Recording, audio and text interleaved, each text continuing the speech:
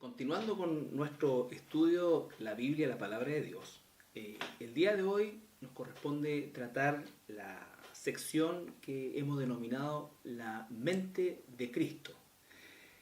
Todo lo que hemos revisado anteriormente en relación a este estudio ha basado o se ha versado principalmente en los 4 primeros aspectos que analizamos de la Escritura y que son atributos propios de ella, como son la suficiencia, como son la autoridad, como es también la unicidad y, por supuesto, la inerrancia. Pero ya hace algunas semanas estamos trabajando en el tema de la aplicación, donde hemos hecho un análisis resumido, por supuesto, de todo lo que tiene que ver con la hermenéutica, que es la ciencia que nos ayuda a hacer la interpretación. Ahora, ¿por qué tenemos que interpretar? Dijimos porque Dios ha hablado y además ha plasmado su mensaje en un libro de forma escrita, en el lenguaje escrito. Entonces, como estudiantes de la Biblia tenemos que aprender a examinar la escritura conforme a sus condiciones históricas, sus contextos propios, culturales, en fin, todo lo que fuimos analizando y que están en los anteriores videos, que tenemos que de alguna manera siempre traerlos al trabajo de manera tal de transformarlos en un hábito, en una práctica.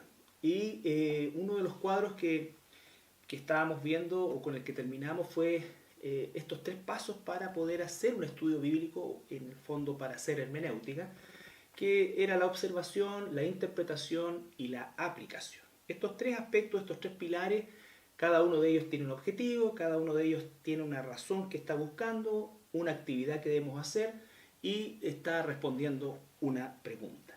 Ahora bien, cuando hablamos de la mente de Cristo, estamos hablando de lo que se llama nous en el griego, o nous, y que se refiere no solamente a lo que es el concepto orgánico de la capacidad que tiene el cerebro, sino que va a un aspecto de la inteligencia, por supuesto, que tiene un asiento físico, pero va mucho más allá, va a un concepto de lo que es la esencia de la persona, o sea, cuál es la mentalidad. La Biblia habla, por ejemplo, de la mentalidad del mundo, cómo piensa el mundo, cómo el mundo procesa los eventos que ocurren a su alrededor, cuáles son los valores que tiene. Todo eso es parte de la mentalidad. Cuando la Biblia nos dice, por ejemplo, que no nos acomodemos al mundo en Romanos 12, se está refiriendo justamente a que nosotros no nos enmarquemos dentro de esa forma de pensar, de esa mentalidad que el mundo tiene. Hoy día nuestra sociedad está envuelta en una mentalidad principalmente consumista, competitiva. Los valores que la mentalidad está desarrollando o que se están absorbiendo está haciendo que la cultura tenga una mentalidad, ¿no es cierto?, desgraciadamente cada vez más lejos de lo que son los principios de Dios. Ahora bien, la Biblia nos dice en 1 Corintios 2, 16, porque ¿quién conoció la mente del Señor? ¿Quién le instruirá? Más nosotros, refiriéndose a nosotros los cristianos, tenemos la mente de Cristo. Esto es muy relevante porque dice que al momento que nosotros nacemos de nuevo, al momento que el Espíritu Santo viene a nosotros, en que somos bautizados, sellados por el Espíritu Santo, además nos da la mente de Cristo. Pero por supuesto, esa mente hay que desarrollarla, hay que entrenarla, hay que cultivarla. Lo mismo que ocurre con la mente carnal y lo mismo que hemos hecho a lo largo de toda nuestra vida, ¿no es cierto? Ya sea que hemos aprendido algún oficio, hemos aprendido, en fin, una profesión y nos hemos desarrollado en un mundo con una mentalidad específica. Ahora como cristianos nosotros debemos cultivar la mente de Cristo. ¿En qué se traduce eso? Se traduce en el hecho de que todo nuestro entorno, ¿no es cierto?, ahora nosotros debemos procesarlo a la luz de esa mentalidad. Cada hijo de Dios, cada cristiano, no solamente debiera ser un cristiano nominal de palabra, debe ser un cristiano conductual en conducta, pero esa conducta no debe venir del solo hecho de hacer algo por hacerlo, sino que la mentalidad implica que nosotros entendemos eso, hemos sido transformados, es decir, nuestras acciones hoy día obedecen a una transformación que ocurre en la mente. El teatro de la batalla espiritual ocurre a este nivel, en el mundo de las ideas. Satanás no necesita, o es decir, aquellas personas que están sin Cristo no son partícipes de la guerra espiritual, porque ellos están esclavos en el pecado, como dice la Escritura. Ellos, en definitiva, no participan de esta guerra espiritual, ya están esclavizados. La única forma de salir de tal condición es que Dios mismo los libere. A los que nos ha liberado, ciertamente Satanás hoy día, por medio de toda su actividad, no nos olvidemos que la palabra dice que el mundo entero está bajo el maligno, el príncipe de la potestad del aire. Entonces hace alusión directamente a que la atmósfera de pensamiento y la mentalidad que reina en este mundo sin Dios proviene de Satanás. Y esa mentalidad va a intentar, ahora que somos hijos de Dios, que nosotros, pese a ser hijos de Dios, vivamos con una mentalidad de no nacidos de nuevo, de no convertidos. Y ahí está la batalla espiritual. Por eso es tan importante lo que dice, tenemos la mente de Cristo, eso es un hecho. Ahora, desarrollar la mente de Cristo es el proceso que debe seguir a continuación. Nosotros, van a ver ustedes una definición del diccionario que se ajusta mucho a lo que he relatado en este momento, pero nosotros debemos entender, como cristianos también, que no existe un antagonismo entre lo que es el intelecto que Dios nos ha dado y la fe. Por mucho tiempo, en algunos círculos evangélicos quizás se ha satanizado o se ha tarjado o tachado cualquier intento de desarrollo intelectual. Y la verdad es que eso nunca debe ser así. Por alguna razón, la fe, incluso en el mundo cristiano, se asocia a falta de argumento, a situaciones más bien de carácter emocional y no a verdades que son las que afirman, sostienen, ¿no es cierto?, y promueven nuestra fe. Entonces hay algunos ejemplos que es importante que nosotros podamos conocer. Y es que ciertamente Dios quiere que nosotros, como hijos, le amemos, no solamente con nuestro corazón, no solamente con nuestra alma, sino con nuestra mente. Entonces, ¿cómo es que amamos a Dios? Por medio de una mentalidad transformada por el mismo Espíritu de Dios. Dios lo que ama en nosotros es la presencia del Espíritu. Y en la medida que nosotros permitimos que ese Espíritu Santo nos vaya transformando y haciendo cada vez más semejantes a Cristo, ciertamente nosotros vamos amando más a Dios como Él demanda ser amado. Jesús dijo, el que me ama obedecerá mis mandamientos. Entonces hay una asociación directa entre amar a Dios y la obediencia a la palabra de Dios. Y obviamente esa obediencia no puede ocurrir si no existe una formación, si no existe una primera etapa, ¿no es cierto?, de conocer la voluntad de Dios. ¿Cómo puedo saber yo que estoy haciendo la voluntad de Dios si no conozco la voluntad de Dios?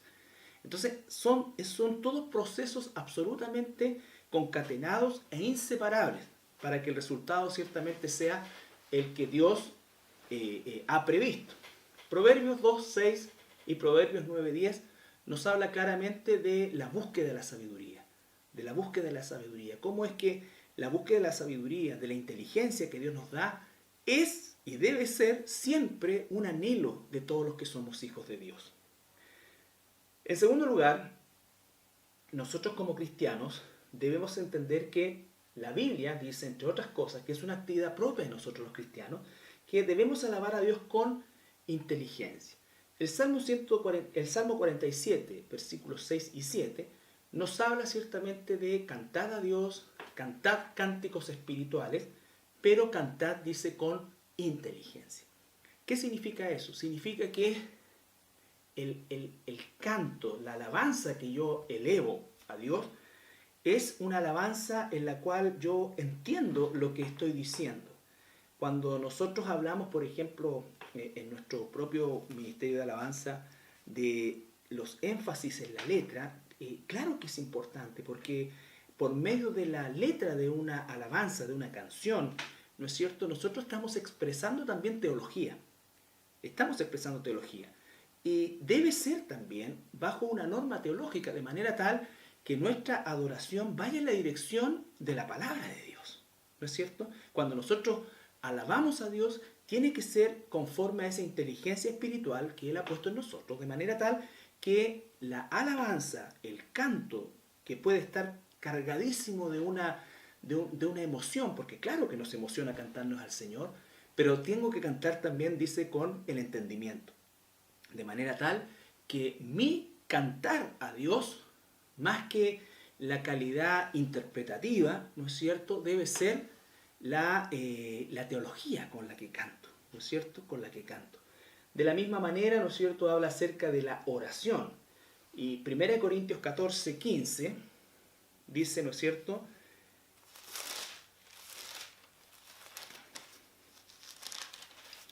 el apóstol Pablo, este es un tema bastante controversial y a veces no muy bien interpretado, pero está teniendo esta larga, más que conversación, exhortación y corrección a la iglesia de Corinto. Paréntesis, normalmente cuando se habla de los dones espirituales, en fin, y de esta aparente controversia que existe entre lo espiritual y lo intelectual, que no es bíblica por lo demás, acabo de decirlo, ¿no es cierto? Intelectual no significa intelectualoide. Intelectual significa que yo no separo lo que pienso de lo que siento. ¿Ya? Entonces, lo que está diciendo acá el apóstol Pablo está hablando acerca de los dones espirituales, de la forma de expresión y de la forma de comunicarnos nosotros como hijos de Dios. Y decía, ¿no es cierto?, que la iglesia de Corinto representa lo que la iglesia no debe hacer, no lo que la iglesia debe hacer. El 80% de la carta, la primera y la segunda carta, es corrección. Corrección de la forma en cómo se están relacionando entre hermanos, hermanos que se están llevando a juicio, hermanos que se están, ¿no es cierto?, que están viviendo en situaciones de inmoralidad sexual, hermanos que están abusando de la Santa Cena, que se están embriagando en ese tiempo. Entonces, la iglesia de Corinto es el ejemplo de la corrección, de lo que nosotros no debemos hacer. Bueno, y una cosa que no debemos hacer es lo que dice Pablo acá. Porque si yo oro, verso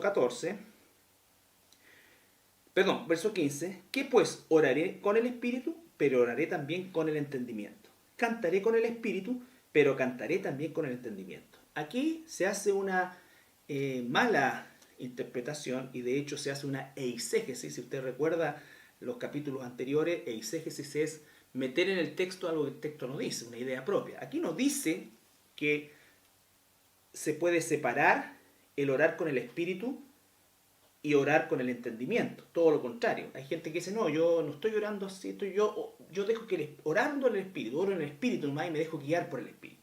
No es eso lo que está diciendo acá. Lo que está diciendo es todo lo contrario. Oraré con el espíritu, pero también, o sea, también con el entendimiento. No separo el espíritu o lo espiritual del entendimiento. Orar solamente con el espíritu, abandonando el entendimiento, no es bíblico. Yo cuando estoy orando, estoy expresando, ya sea verbalmente, interiormente, en un tiempo personal, y eso implica que yo debo tener entendimiento. Debo tener entendimiento. Bueno, las oraciones de Jesús son todas oraciones de las cuales nosotros aprendemos teología. Fíjese usted, aún en la oración del Getsemaní, que es un momento tremendo, de una carga emocional impensada para nosotros, ¿no es cierto? Pero aún ahí nosotros podemos aprender teología de la oración de Jesús. Imagínese usted que Jesús se desatornilla la cabeza y deja solamente fluir sus emociones. No sabríamos, no aprenderíamos. Por eso el mismo apóstol Pablo en esta carta dice, yo prefiero en la iglesia hablar 5 palabras con sentido que 10.000 que no tienen ningún sentido. Entonces, y entendemos, ¿y qué teología aprendemos? Aprendemos la sujeción. Padre, si es posible, pasa de mí esta copa, pero no se haga mi voluntad, sino la tuya. Eso nos enseña a conocer a Dios, la soberanía de Dios y a sujetarnos, porque si el Hijo se sujetó, ¿cuánto más nosotros? Todo eso y mucha más enseñanza y teología la obtenemos de una oración. Las oraciones de David, los salmos de David, las oraciones de Job en su desesperación, aún aquellas oraciones que nos parecen un tanto desafiantes a Dios. Y Dios le responde también a Job de manera audible y entendible. Entonces, no podemos nosotros pensar que Dios se comunicara con Job de una manera no entendible para él. Y Job habla de una manera que entendemos nosotros también. Entonces, todo esto de la mente de Cristo es el hecho de poder tomar esas capacidades que Dios mismo colocó en nosotros, en nuestro cerebro, que tienen que ser transformadas por el Espíritu de Dios. Y la transformación, por supuesto que es posible solamente en la medida que nosotros vamos adquiriendo más conocimiento de Dios. Romanos, capítulo 12, versículo 2, dice: así que, hermanos, os ruego por las misericordias de Dios que presentéis vuestros cuerpos en sacrificio vivo, santo, agradable a Dios, que es vuestro culto racional. No os conforméis a este siglo, sino transformaos por medio de la renovación de vuestro entendimiento, para que comprobéis cuál sea la voluntad de Dios, agradable y perfecta. Aquí tenemos al apóstol Pablo escribiéndole a esta iglesia en Roma, una iglesia, por supuesto, asentada en la ciudad más pagana quizás del mundo antiguo, y por supuesto esta iglesia recibía toda esa influencia. Aquí está diciéndoles: os ruego, es decir, hay una urgencia en las palabras de Pablo, hay un ruego. Fíjese que ni siquiera uso la palabra os impongo, sino que aquí hay un ruego, porque está hablando no solamente como un apóstol, sino como un pastor, como alguien que está alimentando un rebaño. Y le dice: por las misericordias de Dios. Entonces, lo que va a pedir Pablo a continuación tiene el estándar, tiene el objetivo de hacer pensar a los romanos, escuche bien, hacer pensar a los romanos qué Dios ha hecho por ellos. Lo mismo con nosotros. Cuando decimos y le preguntamos, y me pregunto: ¿ha tenido Dios misericordia conmigo? La respuesta es un sí absoluto. Y si me pongo un poco más a indagar acerca de cuánta misericordia, seguramente me daré cuenta que es muchísimo. Y el caso suyo debe ser similar. Por lo tanto, ya eso coloca un parámetro de gratitud tan grande que lo que venga a continuación no puede ser más grande que las misericordias de Dios. Y que el propósito que Dios está entregándonos a través de esto es ciertamente que nosotros entendamos que cuando Él nos está pidiendo algo para agradarle, es algo que va en directo beneficio de nosotros. El apóstol dice: así que, hermanos, os ruego por las misericordias de Dios. ¿Qué es lo que les ruega? Por ese estándar tan alto, por lo que Dios ha hecho por nosotros. Entonces, ¿qué es? Que presentemos nuestros cuerpos en un sacrificio vivo. En la mente de los judíos y en la mente de los paganos existía un sacrificio que era algo, un animal normalmente, que se entregaba a un holocausto. Pero acá está diciendo que no llevemos algo, sino que nosotros mismos nos presentemos. Y no muertos, sino que vivos. Por eso que tiene que ver con la vida, con la conducta. Jesús dijo: ustedes no son del mundo, pero los dejo en el mundo. Hay un propósito en por qué nosotros estamos en este mundo, más grande que los propósitos que nosotros mismos nos hemos planteado. Y ese propósito es ciertamente que nosotros impactemos a este mundo, le contemos a este mundo, seamos sal y luz en medio de este mundo. Para eso es que presentamos nuestros cuerpos en sacrificio vivo, santo, agradable a Dios. Los miles de hermanos, millones a lo largo de la historia, que han muerto martirizados, ciertamente no agradaban al mundo, pero agradaban a Dios. Hoy día vivimos en una sociedad, en una época, en un tiempo, donde pareciera que lo único que importa es agradar a los demás, o agradarnos a nosotros mismos, en una cultura egocéntrica. Pero no está en primera línea, y estoy hablando al pueblo de Dios, el agradar a Dios. Estamos muy faltos de eso. Estamos tan invadidos de una cultura de la autosuficiencia, en una cultura donde se nos incentiva a la competencia, donde nosotros tenemos que forjar nuestro propio futuro, donde nos merecemos todo. Y en ese mundo vivimos nosotros los cristianos. Los hermanos de Roma vivían en un mundo pagano, con con otras situaciones difíciles en cuanto a la mentalidad de su época, pero la mentalidad de nuestra época, pienso humildemente, resulta a veces peor, porque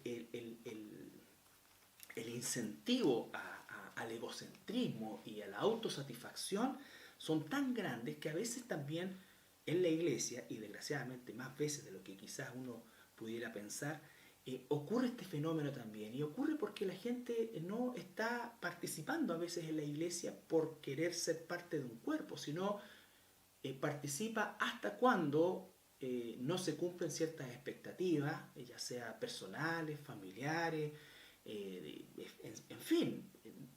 Y eso ha sido también algo que se produce en la iglesia utilitaria. Y esto se da mucho en los Estados Unidos, entendiendo que la iglesia tiene un rol social con sus miembros y con el entorno, pero no es su finalidad. Eso es un medio, pero no es su finalidad. Entonces, cuando se pretende evangelizar por medio de actividades, cuando se pretende entusiasmar a la gente por elementos que no sean el mensaje de salvación, entonces corremos el peligro de llenarnos de gente, pero no de personas que han nacido de nuevo. Y entonces Pablo dice: hermanos, les ruego por la misericordia de Dios que se presenten vuestros cuerpos en sacrificio vivo, santo, agradable a Dios. Y acá dice que es vuestro culto racional. Culto racional, no irracional, racional. O sea, sé lo que estoy haciendo, sé lo que es agradable a Dios, sé lo que es agradable a Dios porque sé lo que la Escritura dice que le agrada a Dios. Y cuando sé lo que la Escritura dice que le agrada a Dios, entonces mi culto no lo disocio de lo que sé. Hay una unión inseparable, vuelvo a insistir. Luego dice: no os conforméis a este siglo, no se amolden a esta época, la que sea. En el caso de nosotros, la que acabo de escribir. Y acá dice: si no, o sea, no solamente no amoldarse, que podría ser solamente una actitud pasiva. Acá hay una actitud activa, pero va en la dirección opuesta, sino transformados, entendiendo que nosotros estamos llenos de la conformación de este tiempo. Y lo que tenemos que hacer es ser transformados. Y dice, por medio, es decir, el medio, ¿cuál es? La renovación de vuestro entendimiento. Otra vez aparece el intelecto. Si no hay renovación del entendimiento, que es el punto de partida, y la renovación parte por recibir información de manera permanente, constante, creciente, procesándola, aplicándola, pero tiene que partir con la información, tiene que partir con la mente. Cuando una persona, un cristiano, dice: mira, en realidad a mí no me interesa mucho, yo no soy muy bueno para leer la Biblia, eso me dice a mí como pastor en todo este tiempo que no la lee. La lee 3 veces, tarde, mal y nunca. Y la persona dice: mira, en realidad no leo, yo no soy muy bueno para leer la Biblia, pero yo hago muchas cosas. Y entonces piensa que haciendo cosas está obrando, agradando a Dios. Y eso es un tremendo error, porque no es que el cristiano no haga cosas, pero esas cosas no provienen de nuestro entusiasmo, de nuestro deseo de autosatisfacción, sino que vienen de la transformación, deben venir como un fruto de esa transformación. Dice: sean transformados por medio de la renovación de vuestro entendimiento. ¿Para qué? Hay una razón, hay un objetivo, hay un resultado. Para que comprobéis cuál sea la buena voluntad de Dios, agradable y perfecta. Hermanos, no hay forma de percibir y vivir la voluntad de Dios como algo agradable, perfecto, si nosotros no hemos sido transformados en nuestra manera de pensar. Mucha gente en la iglesia hace las cosas de una manera mecánica. Y a veces piensan, como los religiosos, que hacer cosas o hacer las cosas es suficiente. No, usted tiene que hacerlas como si fuera realmente y como debe ser lo más agradable del mundo, hacer la voluntad de Dios. No siempre es fácil, pero siempre es agradable. No todas las cosas que no son agradables son fáciles. Cuando tenemos a lo mejor un objetivo de estudio, deportivo, a lo mejor no es tan agradable quedarse hasta tarde estudiando en la noche. Pero, no es fácil, pero es agradable porque tenemos en mente ¿qué cosa? El resultado de este esfuerzo. El resultado de este esfuerzo. Lo mismo en la vida cristiana. Nosotros no podemos llegar a saber y a vivir que la voluntad de Dios es agradable y perfecta si no hemos sido transformados. Bueno, a través de estos puntos que hemos querido resumir, hemos querido ponerlos al día con el estudio que estamos haciendo acerca de la Biblia, la palabra de Dios. Con esto damos término al tema de la aplicación y la próxima semana, Dios mediante, vamos a ver ya lo que tiene que ver con habiendo entendido los 4 puntos de los atributos de la Escritura, más el punto de la aplicación. Entonces ahora, ¿cómo esa aplicación va a generar una influencia en nuestro mundo? Es decir, ¿cómo debemos ahora nosotros ser sal y luz en este mundo? Le agradecemos el poder estar viendo este video y lo hemos hecho con todo cariño con mi hermano David, que está a cargo ahí de la cámara, porque deseamos que usted no pierda el hilo de este estudio y por las razones técnicas que están fuera de nuestro alcance, ¿no es cierto? No pudimos hacer una transmisión correcta el día miércoles que correspondía a este estudio y de esta manera, ¿no es cierto?, esperamos dejarlos al día. Que el Señor le bendiga.